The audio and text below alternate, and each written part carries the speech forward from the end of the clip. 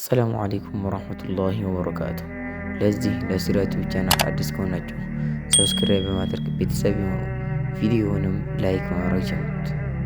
አንድ ሙሐመድ የሚባል ደስተኛና ቀለል ያለ ሰው ነበር። ይህም ሰው ህይወቱንና ስራውን ቀለል ለማድረግ አንዲትን አህያ ይገዛል።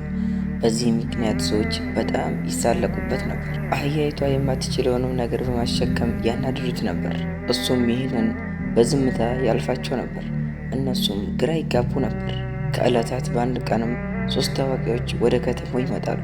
የንጉሱ ረዳትም 3 አዋቂዎች ወደዚህ ከተማ እየመጡ መሆኑን ይነግረዋል። እሱም እንዲቀበላቸውና ጥሩ የሆነ ምግብ እንዲሰጣቸውና ማረፊያም እንዲያዘጋጅላቸው ያዘዋል። እነሱም ከማረፋቸው በፊት ወደ ንጉሱ ዘንድ እንዲሄዱ ይጠራቸዋል። እነሱም በዚህ ከተማ ያለውን አዋቂ ለመገናኘት እንደመጡ ይነግሩታል። እሱም በዚህ በጣም ያዝናል። ምክንያቱም ምንም አይነት አዋቂ በዚህ ከተማ የለም። በዚህ ሁኔታም የንጉሱ አገልጋይ ሁኔታውን በማየት የዚህ ሀገር አዋቂ ከከተማ ራቅ ብሎ እንደሄደ ይነግራቸዋል። እነሱም እሱን በመጠባበቅ ላይ ብዙ ጊዜያትን ያሳልፋሉ። ያገኙትንም ሰው ስለዚህ ሀገር አዋቂ ይጠይቃሉ። በእርግጥም የንጉሱ ረዳት ትልቅ ውሸትን ነበር የዋሸው። ምክንያቱም በዚህ ሀገር ምንም አይነት አዋቂ የለም። ግራ ገብቶት አብዝቶ የተጨነቀ ሳለ ከየት መጣ ሳይባል አንድ ሰው ካጠገቡ ይመጣል።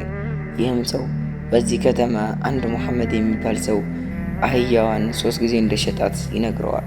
እሱም በነገረው ነገር በጣም ተገርሞ ይህ እንዴት ይሆናል ሲል መለሰለት። ሰውየውም ጎረቤቱ እንደሆነም አክሎ ይነግረዋል። የንጉሱ ረዳትም ወደ ሙሐመድ ዘንድ በመሄድ ስላደረገው ነገር ይጠይቀዋል። ሙሐመድም አዎ ልክ ነህ፣ አህያዋ እኔን ስለለመደችኝ ብሸጣትም ተመልሳ ትመጣለች አለው። የንጉሱ ረዳትም አንተ የአህያ ቋንቋ ትችላለህ እንዲህ አለው። እሱም አዎ የአህያዋን ቋንቋ በነገሮቿ እረዳታለሁ አለው። የንጉሱ ረዳትም ብልህ መሆኑን ተረዳ። ነገ ወደ ቤተ መንግስት እንዲመጣም ነገረው። ካልመጣ እስር ቤት አስገብቶ እንደሚቀጣው ነገረው። በማግስቱ ሙሐመድ ወደ ቤተ መንግስቱ ያመራል። እዛም ከሄደ በኋላ የንጉሱን ረዳት ያገኘዋል። የንጉሱም ረዳት ወደ ንጉሱ ዘንድ እንደሚያቀርበውና ንጉሱ ዘንድም 3 አዋቂዎች እንዳሉ ይነግረዋል። የንጉሱ ረዳትም እንዲህ አለው፣ 3 አዋቂዎች ማንኛውንም ጥያቄ የሚጠይቁህን መልስ መስጠት አለብህ፣ ካልሆነ እስር ቤት አስገብቼ እቀጣሃለሁ ብሎ አስፈራራው። ሙሐመድም እስከ ዛሬ ድረስ አንድም ቀን ራሴን እንደ አዋቂ አይቼ አላቅም፣ ነገር ግን እስከ ቻልኩት ድረስ መልሳለሁ ብሎ ወደ ንጉሱ ዘንድ ሄደ።